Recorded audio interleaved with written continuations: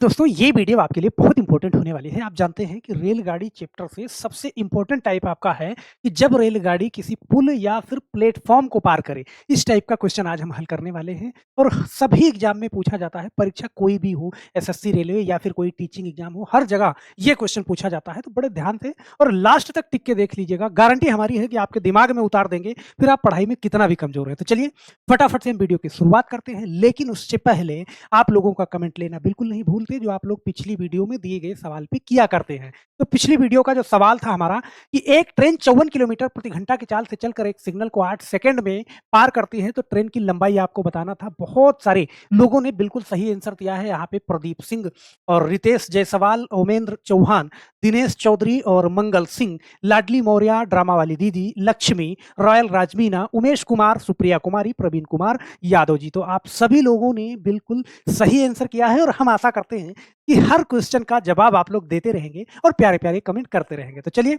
फटाफट से आज का हम पहला सवाल लेते हैं और पहले सवाल को बहुत अच्छे से समझना। पहले सवाल लेने से पहले थोड़ी सी चर्चा हम कर लेते हैं। एक बार क्वेश्चन पढ़ लेना। क्वेश्चन ये है कि 270 मीटर लंबी रेलगाड़ी 30 मीटर प्रति सेकंड चल रही है। वह 180 मीटर लंबे पुल को कितने समय में पार करेगी?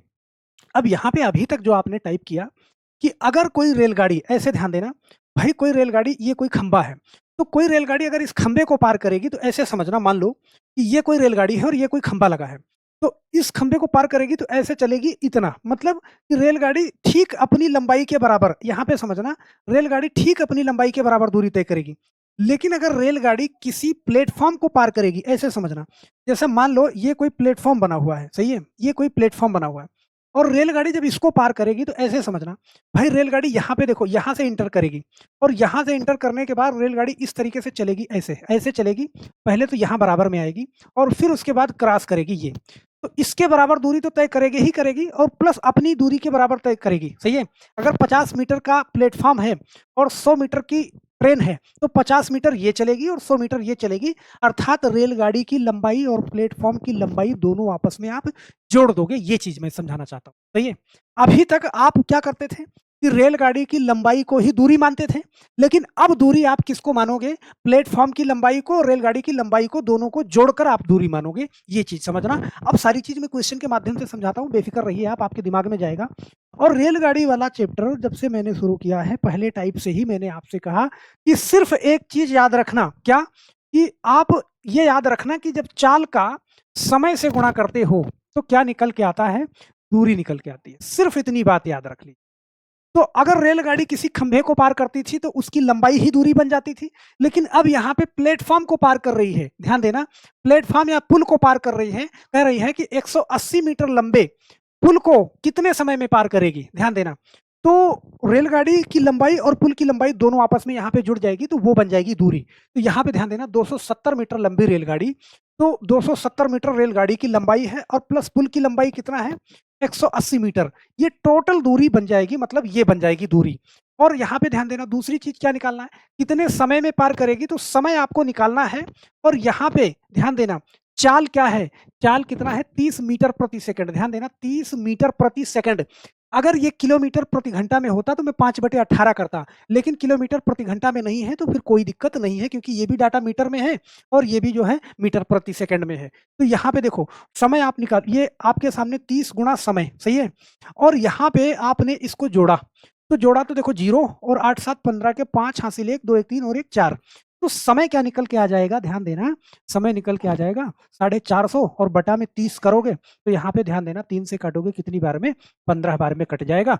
ऑप्शन नंबर सी वाला सही हो जाएगा। ध्यान देना, कॉन्सेप्ट को आपके दिमाग में बैठाने के लिए मैं 3-4 लाइन लिख रहा हूँ, वरना ये 3-4 लाइन लिखने की कोई जरूरत नहीं थी। डायरेक्ट में क्या करता, 180 और 270 को जोड़ करके 30 से भाग दे देता, बस वही हमारा आंसर निकल जाता। समझ रहे हो ना? लेकिन यहाँ पे चीजें आपके दिमाग में जानी चाहिए, क्योंकि एक बार आप अच्छे से समझ जाओगे तो फिर स्पीड अपने आप बनेगी, सही है। वरना स्पीड बनाने के चक्कर में, सवाल को जल्दी लगाने के चक्कर में आप रटते हो, और एग्जाम में कितना भी रट के जाओ, गारंटी हमारी है कि सिर्फ आपको वही चीज याद रहता है जो आपने अच्छे से अपने दिमाग में बैठा लिया होता है। कॉन्सेप्ट ही याद रहता है, ट्रिक सारी भूल जाती है। बात समझ रहे हो? तो ट्रिक तो अपने आप आ जाती है यार, उसको कैसे लगाना है, कितनी तेजी से लगाना है। यहाँ पे ध्यान देना, एक क्वेश्चन और लेते हैं, इसको बड़े अच्छे से समझना।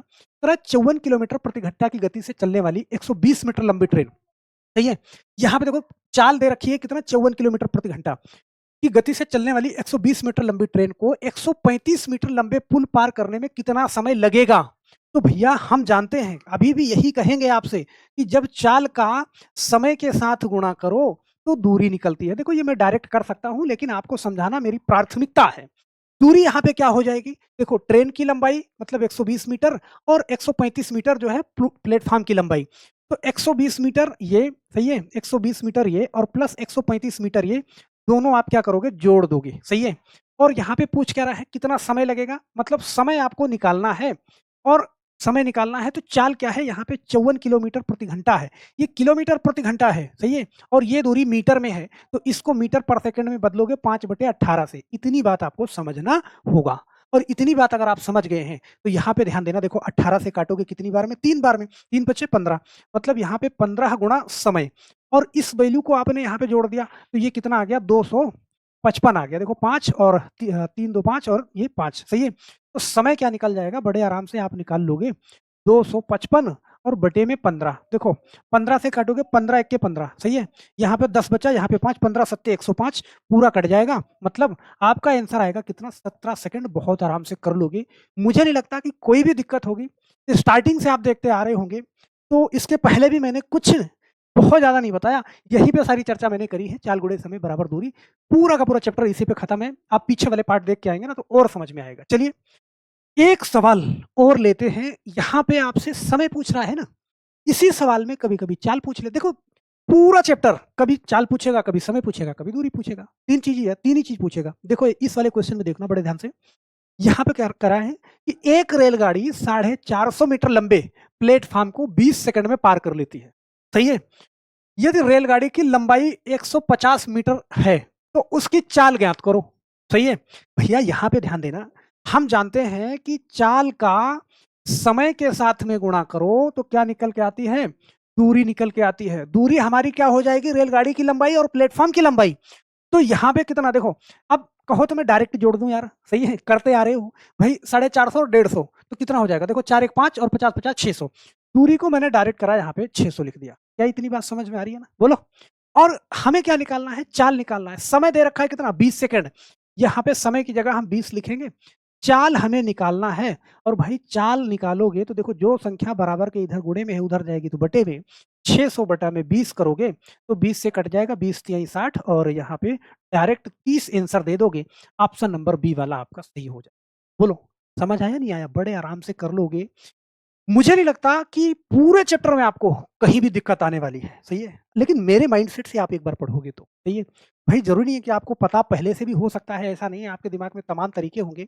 बहुत सारे बड़े-बड़े टीचर से आपने पढ़े होंगे, लेकिन एक ट्रैक पे अगर कोई चीज़ करोगे ना, तो फिर चीज़ें कितनी भी मुश्किल होंगी, आप बड़े आराम से करो। यहाँ पे देखना भाई, एक सवाल और देखते हैं, इस वाले सवाल को देखना। कह रहा है एक रेलगाड़ी 250 मीटर लंबे प्लेटफ़ॉर्म को 8 सेकंड में पार कर लेती है, सही है? यदि रेलगाड़ी 150 मीटर लंबी है तो उसकी चाल ज्ञात करो। यहाँ भी चाल निकालना है। चाल निकालना है और आपको सिर्फ़ एक चीज़ पता है पूरे रेलगाड़ी वाले चैप्टर में कि चाल का जब समय के साथ गुणा कराओ तो क्या निकलती है? दूरी निकलती है। तो हम जानते हैं दूरी रेलगाड़ी की लंबाई और प्लेटफ़ॉर्म की लंबाई, यही दोनों दूरी हो जाएगी। तो रेलगाड़ी की लंबाई कितना? 250 और प्लेटफ़ॉर्म की लंबाई कितना? 150, सही है? तो एक रेलगाड़ी यदि रेलगाड़ी 150 मीटर लंबी है, अच्छा हाँ, कोई नहीं। दोनों चीज़ें। तो 250 और 150 ये कितना हो जाएगा? दूरी कितनी हो जाएगी? आप कहोगे सर 400 हो जाएगी। डायरेक्ट मैं जोड़ रहा हूँ इन दोनों को, सही है? समय कितना है? समय कहोगे सर 8 सेकंड होगा, सही है? चाल आपको निकालना है, तो चाल बहुत आराम से आप निकाल दोगे। चाल बराबर क्या हो जाएगा? बोलो, यहाँ पे ध्यान देना, दूरी बटे समय। ये 8 इधर जाके बटे में करेगा, तो 400 बटे 8 और 8 से काटोगे 8 पंजे 40, 1 जीरो लगा दो, 50 मीटर पर सेकंड इसकी चाल आ जाएगी। बहुत प्यार से कर लोगे। क्या इतनी बात समझ में आई? बोलो। और समझ में आई, तो फिर अच्छा आपके दिमाग में आएगा, सर 50 मीटर पर सेकंड निकल रहा है। किलोमीटर प्रति घंटा होता तो मैं कैसे करता? अरे भैया आप इसी को 50 मीटर पर सेकंड निकला, सही है? इसको 18/5 कर दो, उल्टा कर दो, बात खत्म, सही है? भाई देखो मैंने आपसे बताया था कि किलोमीटर प्रति घंटा और मीटर पर सेकंड ये, सही है? तो किलोमीटर बड़ा है, सही है? और मीटर छोटा है, तो बड़े से छोटे पे जाना है। 2 ही नंबर आपको याद रखना है, एक 5/18 एक 18/5। तो बड़े से छोटे पे जाना है तो छोटे पे जाना है तो 5/18 मतलब छोटी वाली संख्या ऊपर अर्थात 5 ऊपर और छोटे से बड़े पे जाना है तो बड़ी वाली संख्या ऊपर 18/5। अब अगर किलोमीटर प्रति घंटा में ये चाल पूछता तो मैं क्या कर देता, 50 गुणा, देखो मीटर पर सेकंड से हमें किस पे आना था, किलोमीटर प्रति घंटा पे, 18/5 कर देता। देखो 5 दहम 50 और 18 दहम 180, बड़े आराम से बता देता मैं। बात समझ रहे हो? तो मीटर पर सेकंड पूछो या किलोमीटर प्रति घंटा पूछो, बहुत प्यार से निकल जाएगी, बस एक बार आप चाल निकाल लो बस। चलो ये वाला क्वेश्चन देखना भाई, कि एक 800 मीटर लंबी रेलगाड़ी, सही है, 90 किलोमीटर प्रति घंटा की गति से चल रही है, और यदि वह एक पुल को 50 सेकंड में पार करती है तो पुल की लंबाई ज्ञात करो। यहाँ पे देखना भाई, हम क्या करते थे, रेलगाड़ी की लंबाई और पुल की लंबाई दोनों आपस में जोड़ के तो दूरी बनाते थे ना, सही है भाई। आप कहोगे सर यहाँ तो कंडीशन कुछ अलग है, और हमें एक ही चीज पता है, क्या पता है, चाल का जब हम समय के साथ गुणा कराते हैं तो क्या निकल के आती है, दूरी निकल के आती है। तो सर मुझे सिर्फ इतना पता है, तो कोई बात नहीं, सिर्फ आप इतना लिख दो तो हम पूरी कहानी आपको करवा देंगे। ये दूरी हो गई, सही है।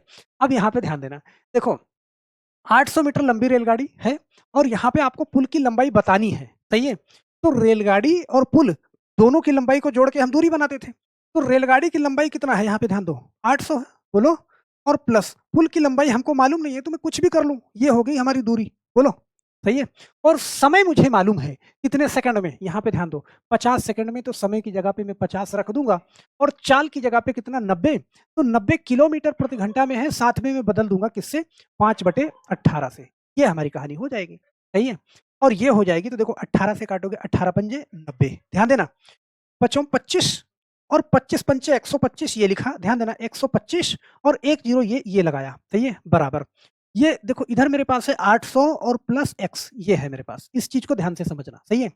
अब यार देखो इस 800 को अगर मैं इधर लाऊं, सही है, तो ये 800 माइनस में हो जाएगा, इधर प्लस में है, सही है। तो यहाँ पे 1250 है मेरे पास, 800 को मैंने इधर ले लिया तो ये माइनस में हो गया 800, और इस x को यहीं पे रहने दिया। तो 1250 में से अगर 800 घटा दो तो यहाँ पे आपके पास कितना आएगा, 450 आ जाएगा।